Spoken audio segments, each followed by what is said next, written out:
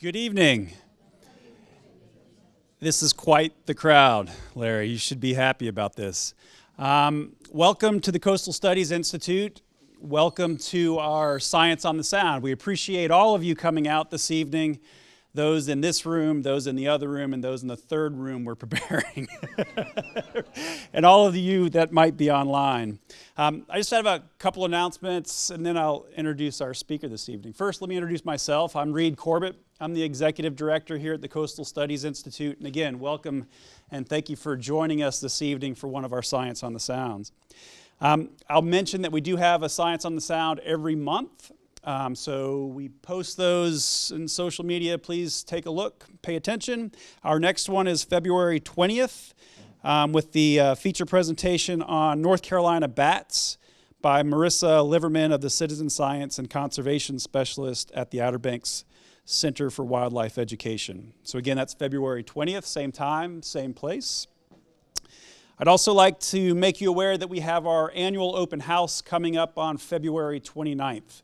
That is Leap Day. I don't know if that's actually a thing, but it is February 29th.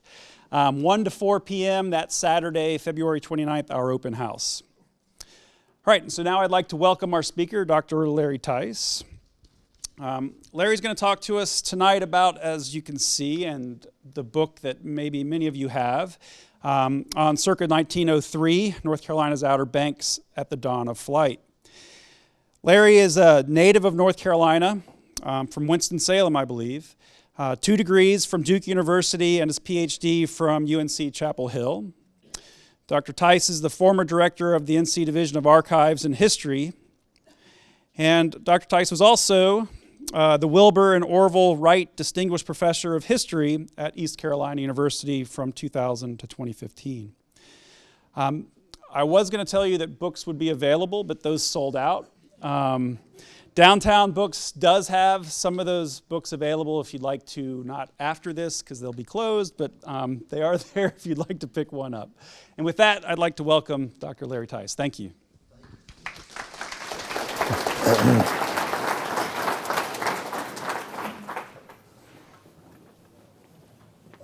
Thank you, Reed, and everybody at the Coastal Studies Institute. I should tell you from the very beginning that I taught a 2-hour class at East Carolina yesterday, and then I gave a lecture at the East Carolina School of Art, and by the time that was over, I had no voice. And my voice started returning at about noon today, so hopefully it will last during the presentation, but the voice that you're hearing right now is not the way I normally sound, but we'll do the best we can. It's really wonderful to see so many people come out to find out what the coast of North Carolina was like in 1903. And during the course of this presentation, you will come to see that I have some unconventional findings about the coast of North Carolina. First of all, the only time the word Outer Banks appears in this book is in the title, because the word Outer Banks had not been invented in 1903. The airplane was invented in 1903, but not Outer Banks. The Outer Banks was something that came along later and was a term created by people who wanted to get tourists to come to North Carolina. And at the same time they invented the term Outer Banks, they also reinvented the term Lost Colony. And they also decided, well, if the Wright brothers flew here their first powered flight in 1903, well, we've got 2 pieces of history that Williamsburg does not have and Florida does not have. So why don't we create a tourist mecca right here on the coast of North Carolina? And so when you drive up and down 158 and on the coast, you'll see the fruition of that dream of creating a tourist mecca. But in 1903, the coast did not look anything like what it looks like today. So, see if we can make this work. This book is sort of an elongated meditation on the Carolina coast. I grew up in North Carolina. I was a landlubber from Winston-Salem, and our family came to Nag's Head from time to time, and it didn't look anything then like it does now. And I read my first book about the Wright brothers when I was a kid, and went to the Wright brothers Memorial.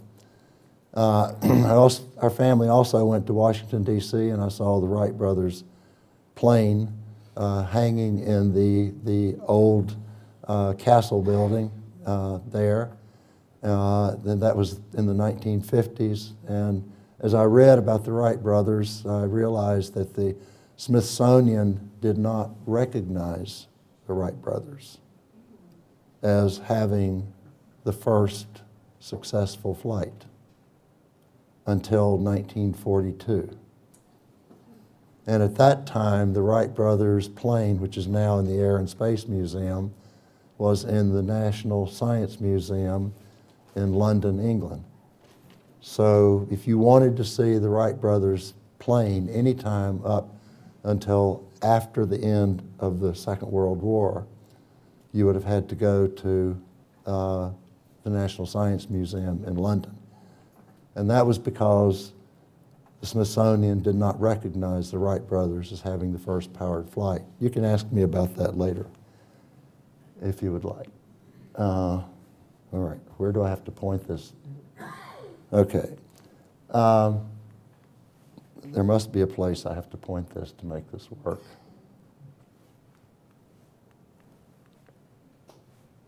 I want this to back up. Push the back button on there? I'm pushing it. Okay, we'll see how it works. What generated the idea for this book was something that gnawed at me from the first time I read a book about the Wright brothers when they came to North Carolina. When Wilbur arrived in Kill Devil in Elizabeth City in 1900 on the first trip, he said no one in Elizabeth City seemed to know anything about the place or how to get there. He was talking about Kitty Hawk. Nothing could have been further from the truth. There was nobody in Elizabeth City who didn't know where Kitty Hawk was. The problem was that Wilbur didn't know where he was, because Wilbur and Orville had never seen an ocean before. They'd never been around water. They grew up in the middle of Ohio and Indiana, and they didn't know what to do about an ocean. And they also didn't know what to do about all the sand that they encountered here. I wanted to draw your attention to a map that was created in 1902, the year before the title of this book, and just wanted to point out a few things. If you came to this area in 1903, you would find a whole series of life-saving stations up and down the coast. You would find lighthouses up and down the coast. Has anybody ever seen those lighthouses? But you would also find a load of river lights. That's a river light. That's a river light. There's a river light right there, and down there. There were many, many more river lights than there were lighthouses. In addition to that, you would find a canal that came down into what is now Powell's Point, or across Powell's Point. This is the Albemarle-Chesapeake Canal, which was completed in around 1859 before the Civil War. And you would also find another canal the Dismal Swamp Canal, which came down to Elizabeth City. And those canals were operating extremely well in 1903. You would also find train tracks, and train tracks that came down to Edenton. Those train tracks are still there today. And those tracks connected the coast of North Carolina to the rest of the world. You wouldn't find any inlets or outlets particularly, because by 1903, the people on the coast of North Carolina had given up on any thoughts of trying to get access to the ocean. In fact, they called these the barrier islands, not the Outer Banks, or they called them the sandbanks. And they viewed it as a limiting thing, not from getting from the ocean into the coast of North Carolina, but they viewed it as a wonderful natural barrier that created what I call throughout this book an inland sea. I mean, we call them sounds, but if you're in the business of trying to do transport, the sound area is actually a sea. And so in 1903, when the Wright brothers came to North Carolina, the Suez Canal had been finished, the Panama Canal was in the process of being built, and Canada was building a St. Lawrence Seaway. And so everybody was trying to learn, how can we use the waters that are inland to navigate and to move around? And so the reason why the term Outer Banks was created is because by 1903, people were looking out to the Outer Banks and not looking at the Outer Banks to come from the ocean to North Carolina. So it became an outer limit to North Carolina. So you have to turn your head around a little bit to think in a different way.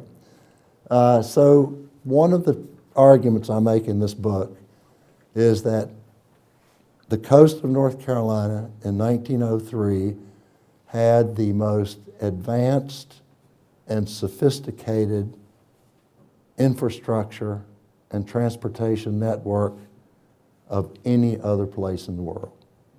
It was not a lost area. It was not at the ends of the earth. In fact, it was totally connected to the rest of America. We'll come back to that idea as we move along.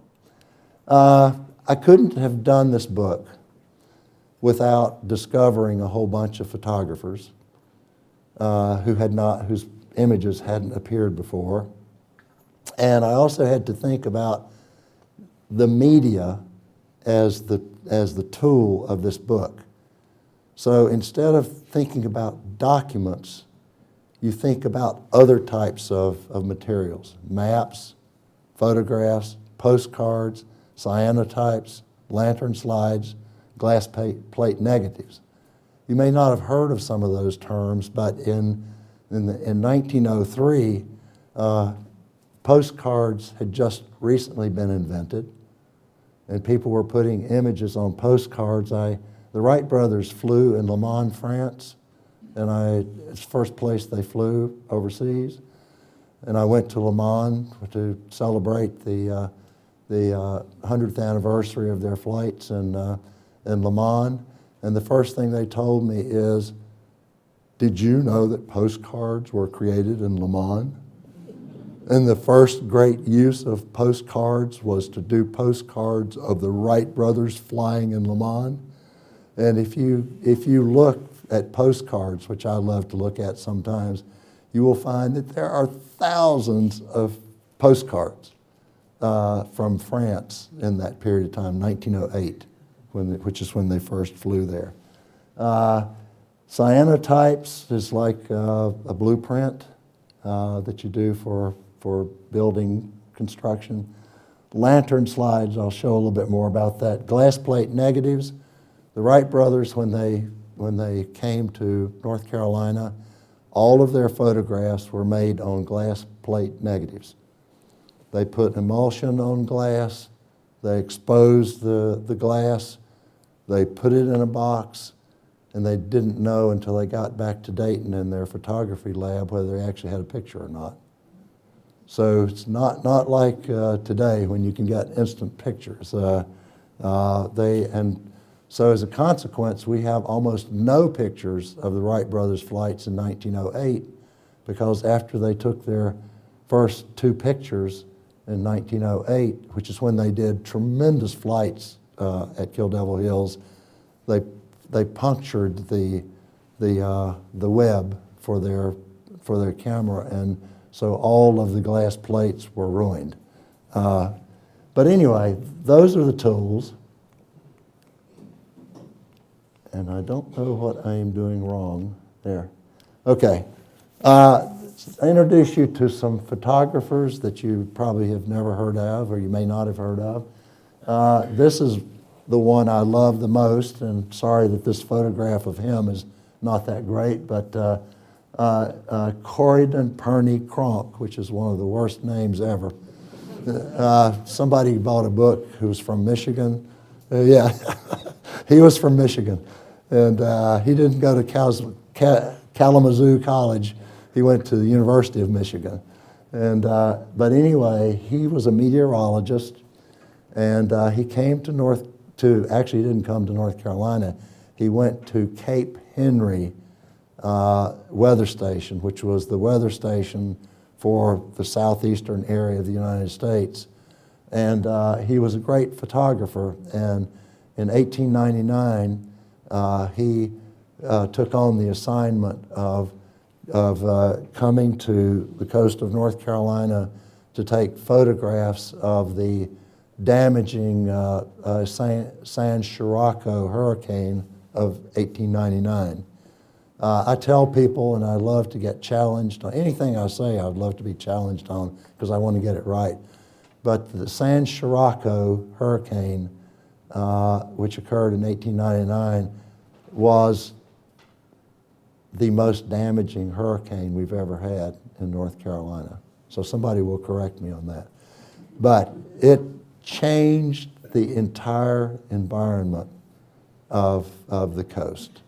And I'll show you some pictures of how it changed. But anyway, this man, Corydon Pernis Kronk, came down here, and you'll notice that he expired in 1903, just a few months before the Wright brothers had their first powered flight. But he was a great photographer, and he was interested in many, many things. You may have heard of this guy, Herbert Brimley, H.H. Brimley. He was the creator of the North Carolina Museum of Natural Science, which is up in Raleigh. But he was very interested in the coast of North Carolina. He took lots of pictures, and every time he was around somebody who took a picture, he said, "Could I have a copy of that?" And so he put together this fabulous collection of photographs, part of which are at the Museum of Natural Science and part of which are in the State Archives of North Carolina. This guy, Frederick Olds, he's one of my favorite characters of all. He was the founder of the North Carolina Museum of History in Raleigh, if you've been there. And he was a zany character. He was a journalist. He liked to dress up in Confederate uniforms, even though he didn't serve he was a little bit too young at 7 to fight in the Civil War, but in any case, he was a zany character, and one of the chapters in this book is devoted to a trip that he made up the coast of North Carolina. And he visited many, many of the places that we know along the coast.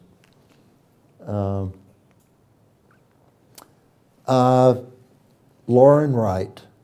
How many Wright brothers were at Kill Devil Hills? Wilbur, Orville, and Lauren. Lauren was at Kill Devil Hills too. You may not have heard of Lauren, but Lauren took many of the photographs that we associate with the Wright brothers in the Wright brothers collection. And all you have to do is if you have a picture that has Wilbur and Orville in it, you say, well, somebody had to take that picture. And who took that picture? And you start checking around to see, well, Lauren made a lot of the photographs that we call Wright brothers photographs. He wasn't there all the time, but he visited them almost every year. In fact, you recognize this picture of the Kill Devil Hills Life Saving Station? Oh, yeah, right, okay. Well, Lauren Wright took this picture. So whenever people say, oh, is that a Wright brothers photograph? You can say, yeah, that was Lauren who took that picture. One of my other favorite photographers, and I discovered his photographs too, is James Hare. James Hare was another zany character. All of these photographers were zany characters, and James Hare became absolutely famous because there was a war, I believe it was in 1902, in which Japan attacked Russia, and Japan beat the daylights out of Russia, and James Hare got the assignment of traveling with the Japanese army as it pummeled Russia. And so he made loads and loads, hundreds and hundreds of photographs of the Japanese army as it invaded Russia. And at about this time, 1903, is when newspapers started having photographs in them for the first time. And so a lot of Hare's photographs appeared in these newspapers. And so Hare got the assignment to come to North Carolina and get the first picture of the Wright brothers flying in the air. You know that picture that we always look at? The Wright brothers didn't reveal that picture until 1908. And before they revealed that picture, James Hare came to Kill Devil Hills and took a picture of the Wright brothers flying. And the Wright brothers immediately said, we flew back in 1903. And so they revealed the picture of their 1903 flight for the same time. So Hare got the first picture. I found James Hare's photographs of the Wright brothers. They're in not glass plate negatives, but lantern slides. And this is what a lantern slide looks like, 3x5 basically, and you had to have a projector like this with a candle in it to show those lantern slides. So fortunately, James Hare put together a lantern slide show of his trip to get a photograph of the Wright brothers. But as I suspected, when I found out that he was the photographer, he must have taken other pictures of the Outer Banks. See there, I slipped up and said Outer Banks. and so I was right. I found his pictures at the University of Texas. So another important part of this book is maps. There are maps throughout the book, and I try to use the maps to show how this area of North Carolina, coastal Carolina, operated. And one of the most interesting maps I found, and I haven't found another copy of it, but it was an official government map, but it must be other copies, but I found this map in the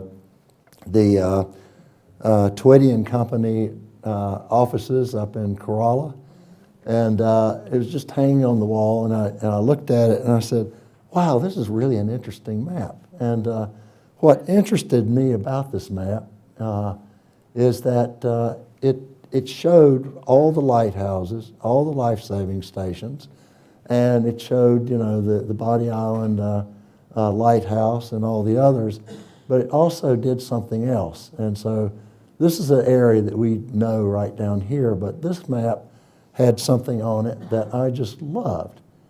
It showed the extent of the light of each lighthouse, how far out it could be seen. And as you can see, the light patterns from the lighthouses overlap each other.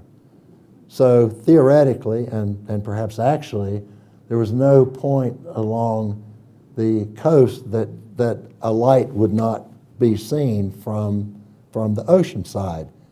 However, there's something else very interesting about that, is that those lights, they don't just point out, but they go all the way around.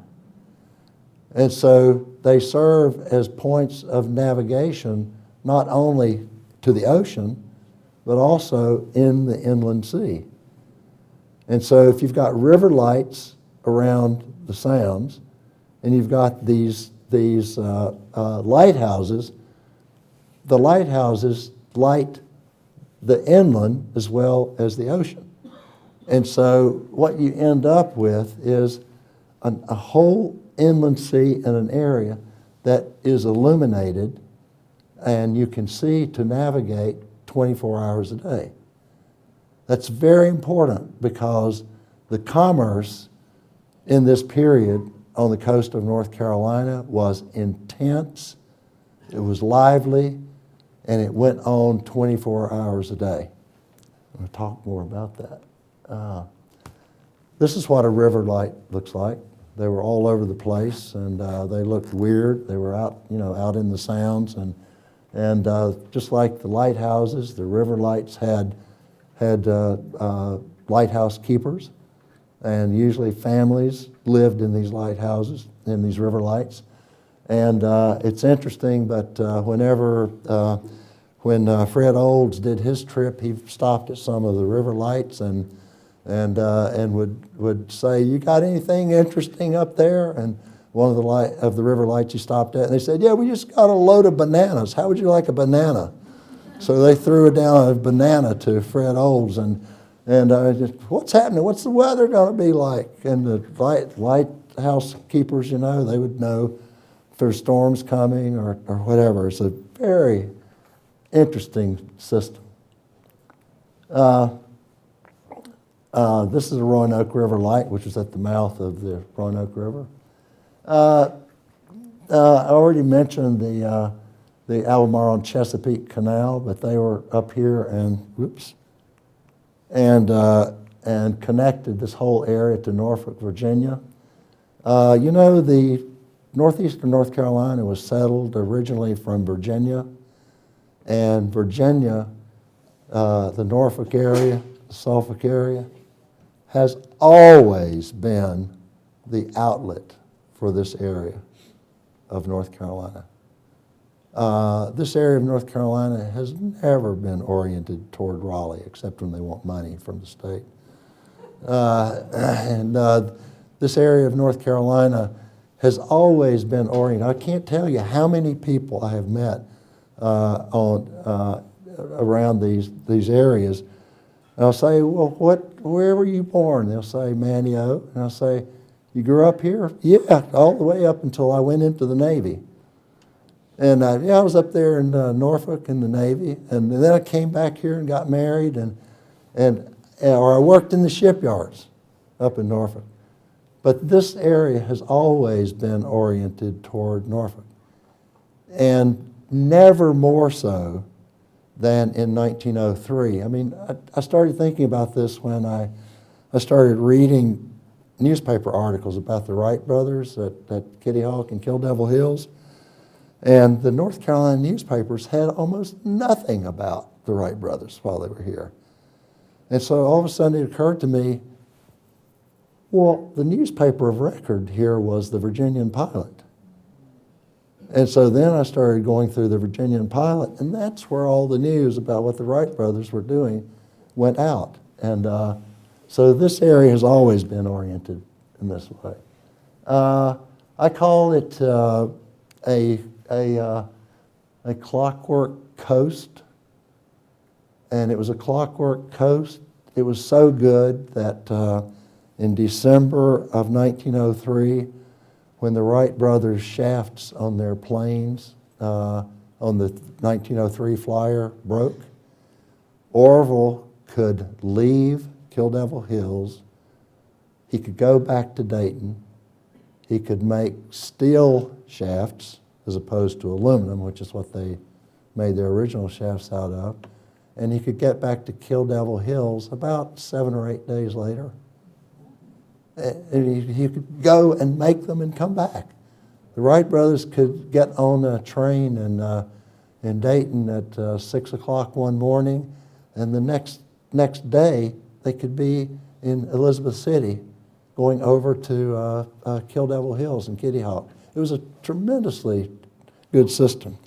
They could also write a letter back home to Dayton, and they could take it over to the Kill Devil Hills life-saving station and put it in the mail, and the letter would not arrive the next morning in Dayton, but it would arrive without fail the next morning. I mean, the mail system was just unbelievable how well it's connected.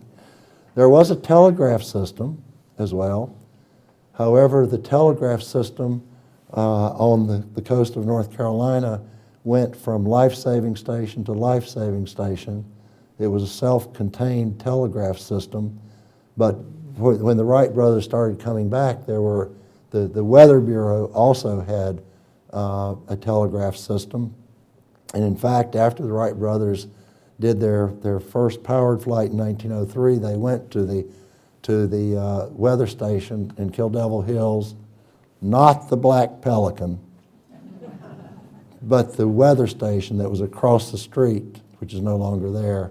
And they sent their telegraph back to Dayton saying, "Successful flight, we'll be home by Christmas. Call the press."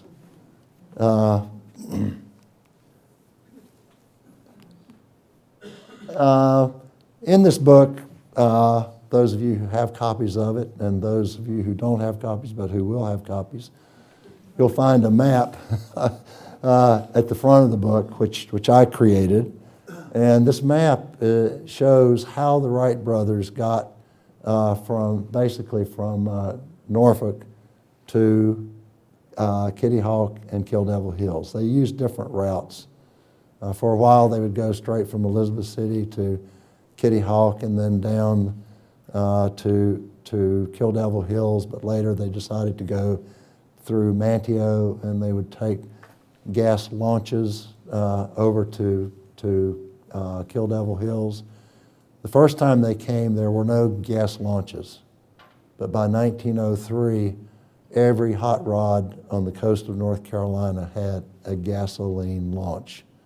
I mean, it was the first hot rodding that you could do, and everybody was so proud. "Yeah, you can give you a ride in my gasoline launch. We can get you over there in no time flat." This is the key to the things that I include in the map. The environment, very important, which all of these photographers looked at in some way. This picture is very interesting. I did a previous book called Hidden Images in the Wright Brothers Photographs, and I wrote a caption saying, well, the Wright brothers didn't know what they were doing because they were trying to take a picture of their flying machine, which is right there, but they didn't aim the camera correctly. But what I didn't realize until I started working on this book is that they came to North Carolina the first time in August of 1900. And the previous August had been the San Scirocco hurricane, which just politely moved all of this sand almost down to the center of Kitty Hawk.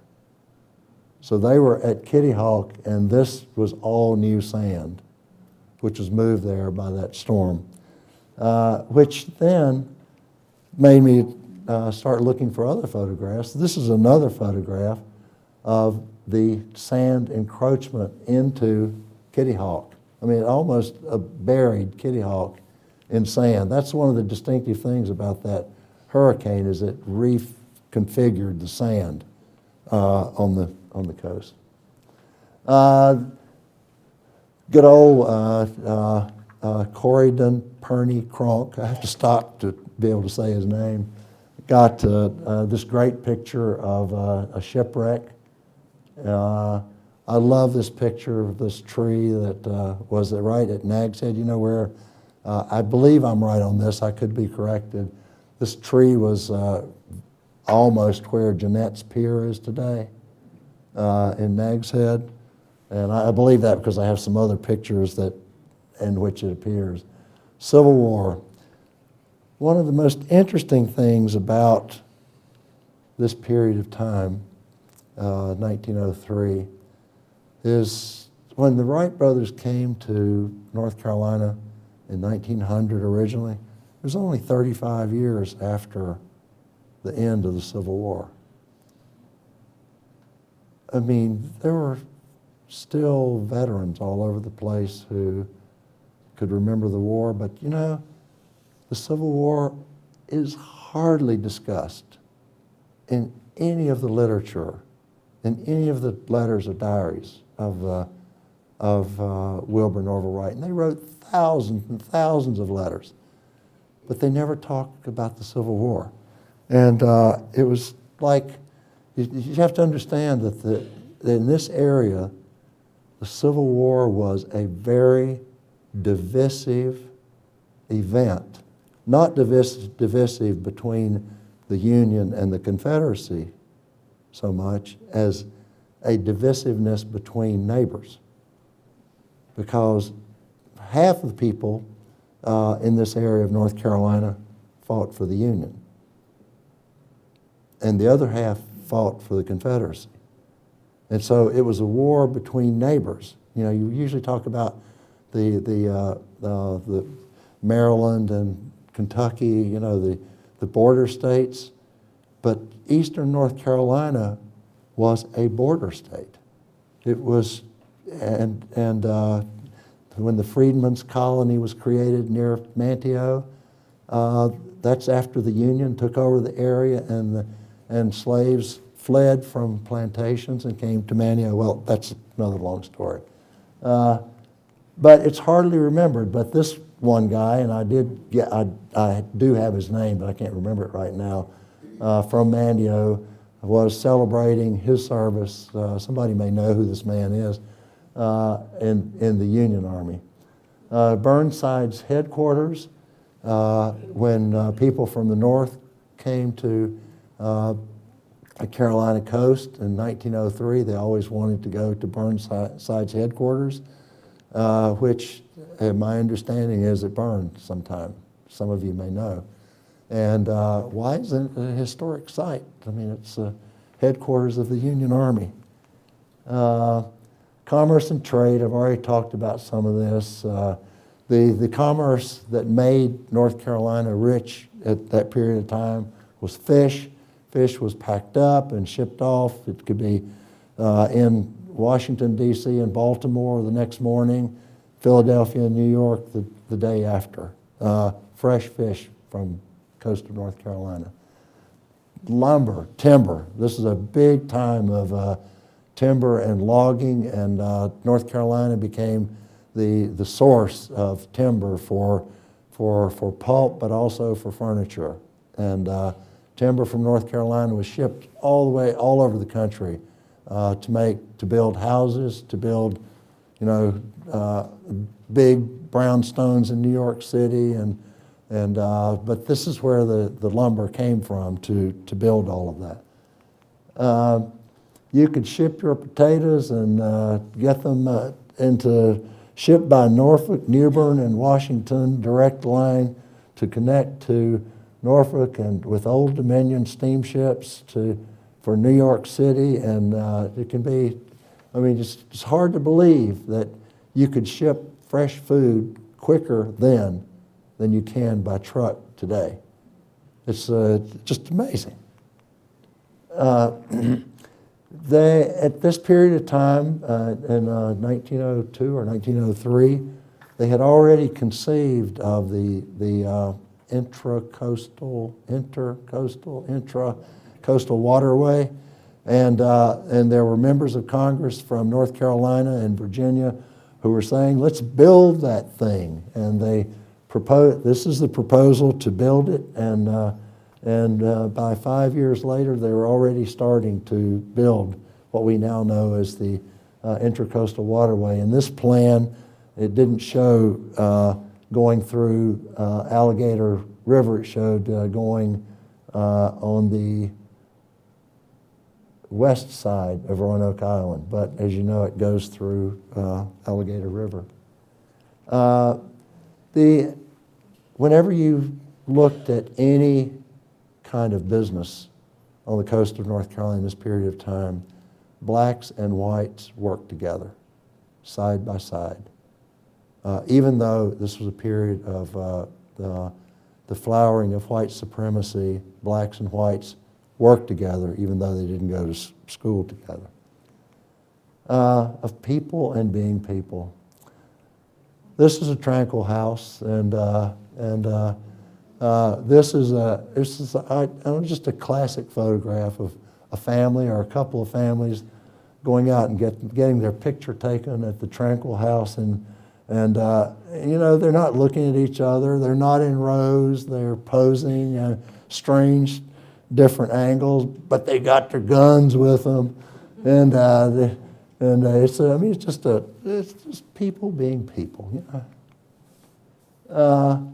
This is another Kronk photograph, which I just love, and this is people getting in their Sunday clothes, and this is at Chickamaucomico burying ground, and but all of the stones or the tombstones were made out of wood basically, and Fred Olds talked about the beauty of these burial grounds, which are all up and down the sandbanks, and I just love how Kronk got these people to pose for this picture. They're not in a group; they're doing things, and my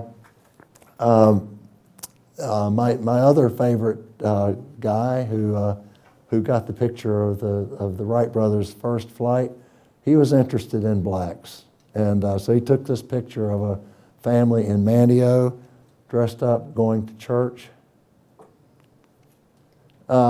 This is a family going out on Sunday afternoon in their boat. They catch fish during the week, and on Sunday they go on a family outing. A frolic and pleasure. The coast of North Carolina became a place for people to go on vacations very early. By the 1840s, people from Elizabeth City and Edenton and so on were going to Nag's Head, and so Nag's Head became a place on the coast. You're familiar with the painted aristocracy, the wooden houses that are at Nag's Head. They were all built very, very early. But in the period of time that we're talking about, 1903, is when hunting lodges were built all up and down the sandbanks. And interestingly, I've been through the books of a lot of these hunting lodges, and almost all of them were built by the CEOs of companies in New York and Philadelphia. And they would come down, they wanted to hunt, around Thanksgiving, now we have the hunting season, and they would come during the hunting season to shoot ducks. And this is actually a hand-drawn map by a group of people who were architects in Boston. They were part of the Boston Brahmin class, and they made this map showing their favorite spots where they would like to shoot from, and they kept records of exactly how many ducks they shot, or geese, I guess, from each spot on every day. It was like a diary. It's another hunting lodge, but the interesting thing about these hunting lodges is that they were almost always operated by blacks. And they were built, maintained, and operated by blacks. So in this image of the white people who are coming to shoot, there are blacks, the people who actually build, take care of, and serve as guides for the people who are hunting. I have to show this picture of Orville Wright. I've written a good bit about the Wright brothers and their guns. And in 1911, this picture was taken of Orville cleaning their .22 repeating rifle. And fortunately, I found, in addition to that photograph, a group of targets that the Wright brothers used, and these are targets from 1908. And they had a very interesting game. Last year, the National Rifle Association approached me about doing an article about the Wright brothers and their guns, and they were going to do an article, and I said, let me write the article. And so I wrote the article for them, which was published in August or September, I think. But anyways, interesting story. The Wright brothers almost never frolicked, but in 1911, Wilbur was in New York in court trying to defend the Wright brothers' patent, and Orville was in North Carolina with his brother Loren. This is Loren, and this is Horace, who was Loren's son. The Wright brothers, never married. They also didn't graduate from high school. Anyway, this is the only time you ever see a picture of the Wright brothers frolicking, and it was only because Wilbur was not there. He would never have allowed it. People and prejudice. One of the things I explore in this book is 1903 was the period of time in which white supremacy was emerging. And in these photographs and in the book, I try to explain the unbelievable contradictions about white supremacy and what's going on in these photographs. These were kids, 1908. They were in a house between Manteo and Fort Raleigh. And James Hare just took this picture of these kids standing in the doorway. This picture was taken by Pernis Kronk. He was very interested in blacks and how they lived and their schools and so on. And so he took this picture of a black family in their house, and architecturally this house is very, very interesting because almost no pictures were taken of houses like this from this period. But he also went to schools. Now, 1899, 3 years after Plessy versus Ferguson, which said that separate but equal schools were fine, already in 1899, blacks were organizing to have superb, first-rate schools. The teachers were all college graduates. They were black teachers. They graduated from the many North Carolina colleges that were created by churches after the Civil War, and they were the best teachers you could ever imagine. So even though the schools were separated after 1896, the black schools, even though they had very poor funding, the schools were superb because of the great teachers. And I don't know whether, there are several pictures of schools in the book that you can look at. History and mythology.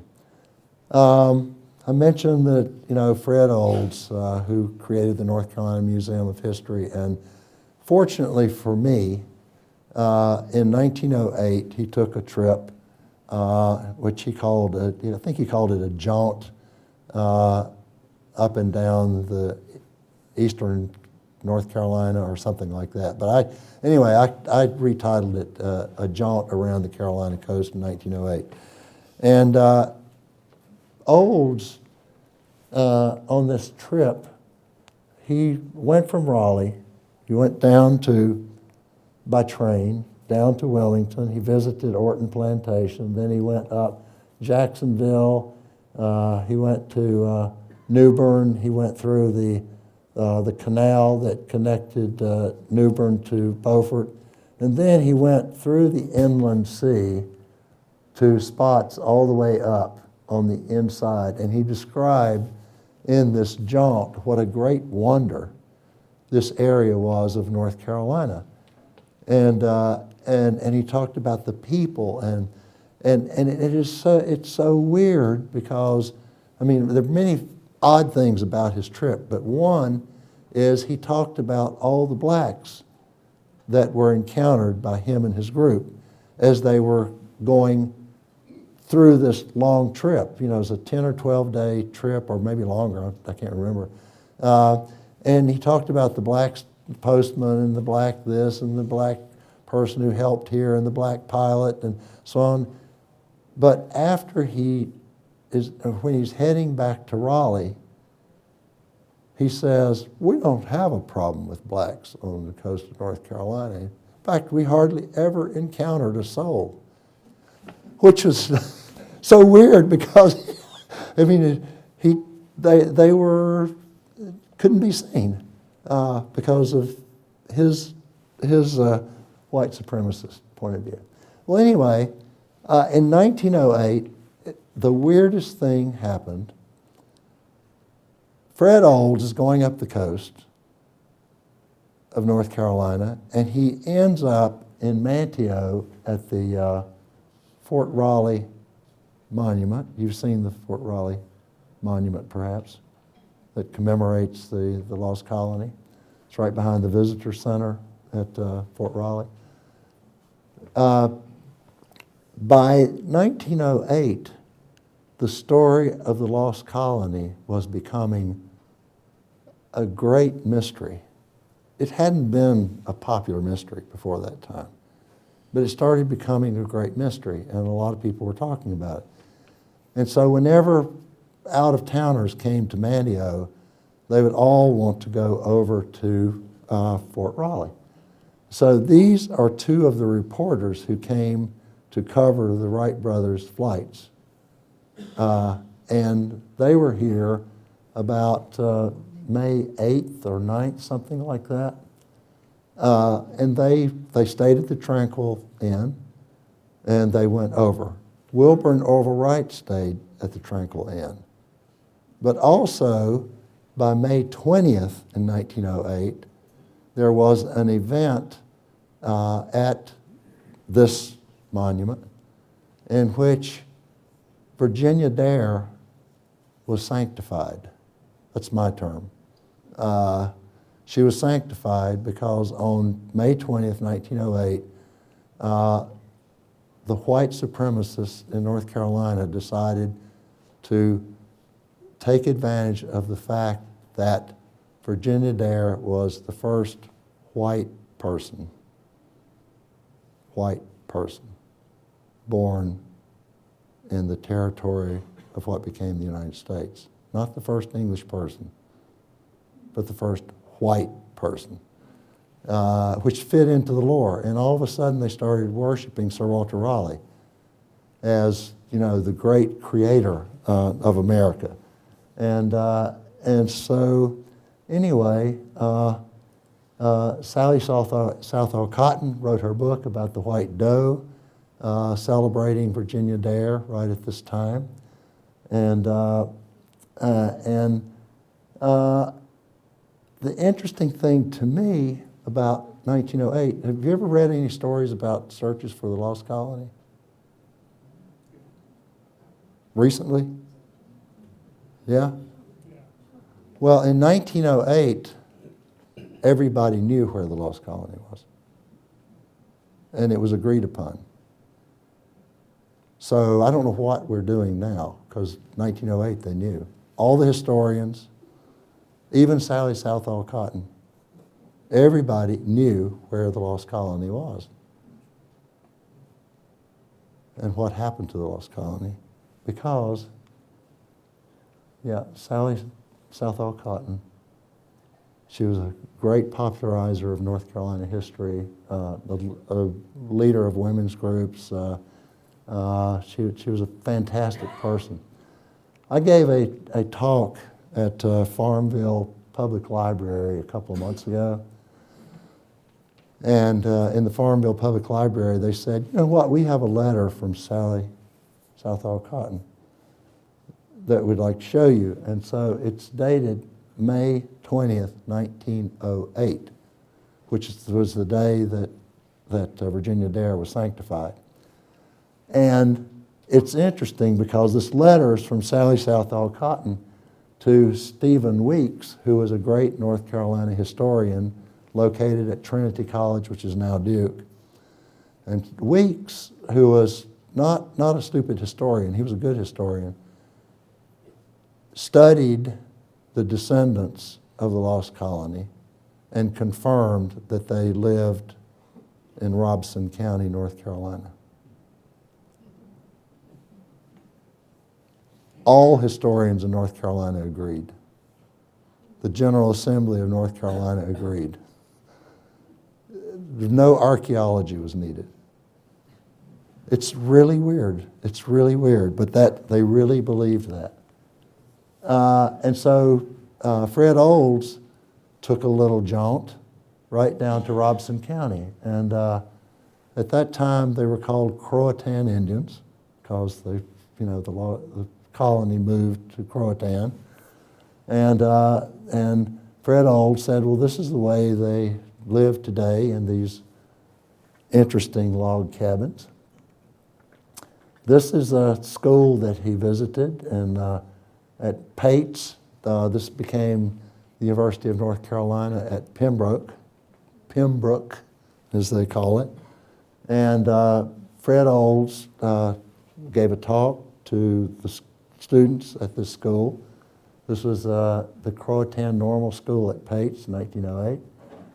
And he said, according to Olds, the students bore tints ranging from the deep copper color of the Indian to almost a perfect white. And the theory was that the whites were the descendants of the people from the lost colony. But it's just amazing. You can check any of the great historians in the period of time, and they all agreed. Well, anyway, I stand by that monument sometimes. It's like, what is going on down here in the coast of North Carolina? And I just contemplate, well, I don't know. I'll just keep on contemplating it for a long, long time. But anyway, that's my contemplation. So just to summarize very quickly, the arguments I'm making in this book is that the Wright brothers are dead wrong about nobody knowing where Kitty Hawk was. Everybody knew. The terms Outer Banks and Graveyard of the Atlantic had not been invented in 1903. The North Carolina coast had a superb world-class infrastructure which made it linked to the world completely. And the Wright brothers just, they loved finding how well it was connected, and they used it through all of their experiments. The North Carolina coast was immediately accessible to every city on the east coast of the United States, and almost immediate, almost as quick as Prime. Maybe not quite as quick as Prime, but almost as quick as Prime.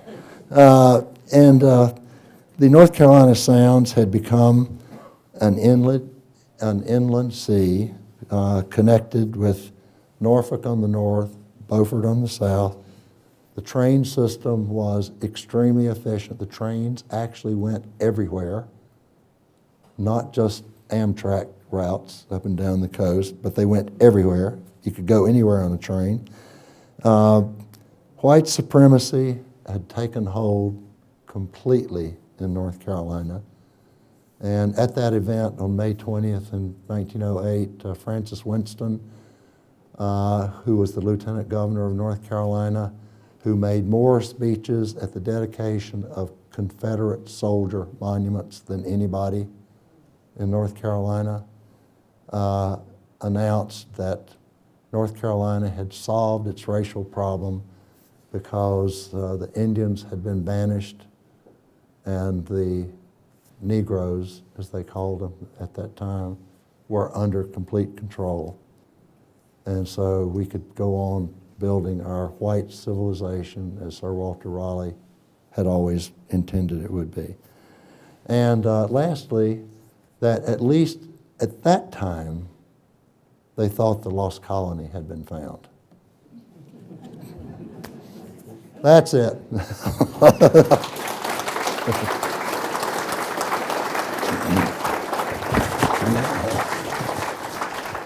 I will try to answer some questions. I saw your hand go up first. You say most of the authorities agreed in 1908 that the descendants of the lost colony were in Robeson County. Yes. How did Lumbee feel about that? Did they agree? How did the Lumbee feel? Dr. Casey, can you repeat the question? Oh, okay. The question was, how did the Lumbee feel about the lost colony being found in Robeson County? Well, see, that's one of the complications because North Carolina, at the same time it was suppressing blacks and Indians, once the theory was developed that the Indians in Robeson County were descendants of the lost colony, or they thought they had discovered it, they were called Croatan Indians. They took on the name Croatan. And so, fallaciously, what are now called the Lumbee Indians were at that time called the Croatan Indians. And so they were the beneficiaries because the state of North Carolina recognized the Croatan, which are now the Lumbee, as being containing the descendants of the lost colony. So they But had a reason to disagree with it? No, because they didn't want to go, the Lumbee then did not want to go to school with blacks. And they wanted their own schools. And they were arguing that they had a cohesive Indian community, which they argue today too.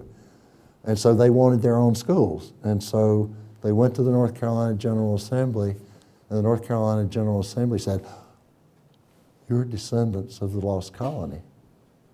So therefore, we will give you a special status." So that's how Pembroke come about. It's a school system in Robeson County, but it also extended to Sampson County, just for Croatan Indians because they are the descendants of the lost colony. It's weird thinking. It's a very complicated story. There's another hand back here. Yes, sir. We can wait for the microphones or online. All righty. Oh, can you say anything about the railroad that was built just north of Frisco, North Carolina, between Buxton and Frisco, that was built to take lumber from that area across To the landing. across the Sound? Wow, I didn't know about that. However, it was very common for timber companies then and now to build temporary railways. And if you go around mining operations, temporary railways. In fact, the North Carolina State Capitol, when it was built in 1835 or something like that, they built a railroad to haul the granite from the granite source to where the state capitol is. When Duke University was built, they built a railroad to take the stone, there in the 1920s. I lived down the street from Girard College, which was built in 1831. They built a railroad to bring in the stone for that. So yeah, temporary railroads were frequently built.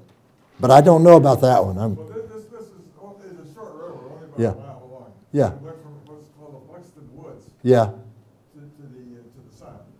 I'm not surprised, but I hadn't heard of that. Yeah. If there are other questions, we can take a few more.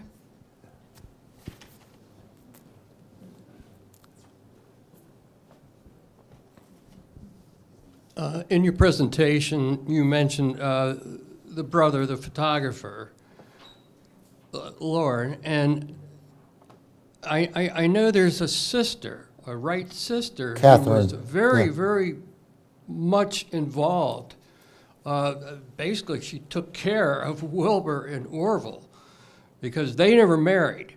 So that was the closest thing they had to a wife, was the sister. Right. But you didn't mention that. No, I didn't mention that because I focused basically on people who were here. Catherine never went to the coast of North Carolina, or else I would have mentioned her. But Catherine was the only Wright member of the Wright family who graduated from college. Wilbur and Orville did not graduate from high school, and she went to Oberlin, and she was a trustee at Oberlin. The Wright brothers, Wilbur was a dreamer. Orville was a hands-on person. He was an engineer and a hands-on person. They needed somebody to make order out of their existence, and Catherine did that. And she doesn't get the credit that she should. The sad thing about it, though, and nobody's really written this the way it needs to be written, but after Wilbur died, Orville became a sad sack. He grieved for 36 years after Wilbur died. And so he and Catherine basically became a couple. And they traveled to Europe, they traveled all over the place, they went everywhere together. And one day in 1926, when Orville was shipping his airplane over to England to be exhibited at the National Science Museum, Catherine, I've read all of Catherine's letters about this, but she decided she wanted to get married to somebody else, not Orville. and so anyway, in her letters, she writes to her husband-to-be, I can't tell Orville now because he's fighting with the Smithsonian and he depends on me so much to support him. I'll tell him next week. And then there's another letter, I couldn't tell him. Orville was a sad sack. And so finally she just announced, I'm getting married, Orville. And he said, no, you're not. And she said, oh, yes, I am. And he said, well, I'm not going to the wedding. And she said, well, you don't have to go to the wedding. And so she got married at Oberlin College, not in Dayton. And she moved to Kansas City with her husband. And Orville said, I will never see you again as long as I live. And so she died, unfortunately, 3 years later. I can't remember whether she had a brain tumor or something. And Lauren, the brother Lauren, went and got Orville and said, Orville, you are going to see Catherine. And so he took Orville to Kansas City, and he got there right before she died. But she was a crucial member. She was the umpire. She was zany. She taught Greek and Latin in high school. Next, we have a question from our online audience, and they ask, has your forward-looking view of the Outer Banks changed after conducting historical research for circa 1903? My forward-looking? That's what it says. You mean from now or forward from 1903? There's a lot happened after 1903. I'm not sure I understand, but I guess I would.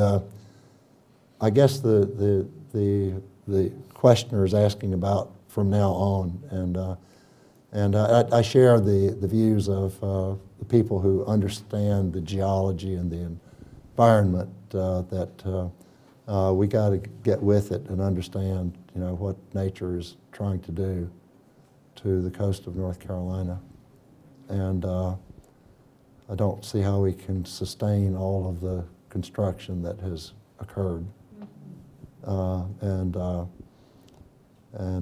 We need to stop building bridges and start using ducks.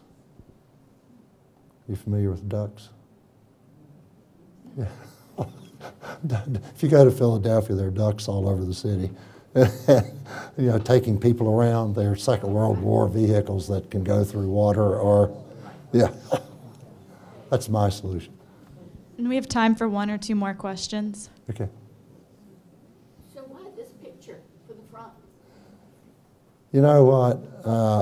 I can't answer that except that I proposed a picture for the front, and I can't even remember what it was now. And so it was published by the University of North Carolina Press, and they have designers with designing ideas. And so they sent me an email one day, and they said, well, we finished the cover of the book. Hope you like it. And I looked at it, and I thought, I never would have thought of that picture as a cover of this book. But I like it. I like it. I mean, I thought it was really good because it shows the spirit of the Wright brothers, just taking some time off. Like I said, Orville would never have allowed it to happen. Wilbur would not have allowed it to happen. Any other questions?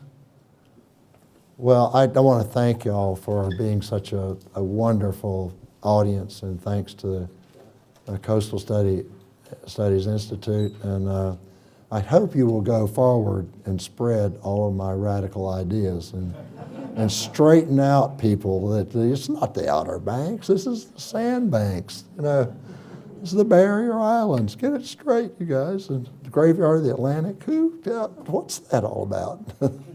Anyway, thank you very much.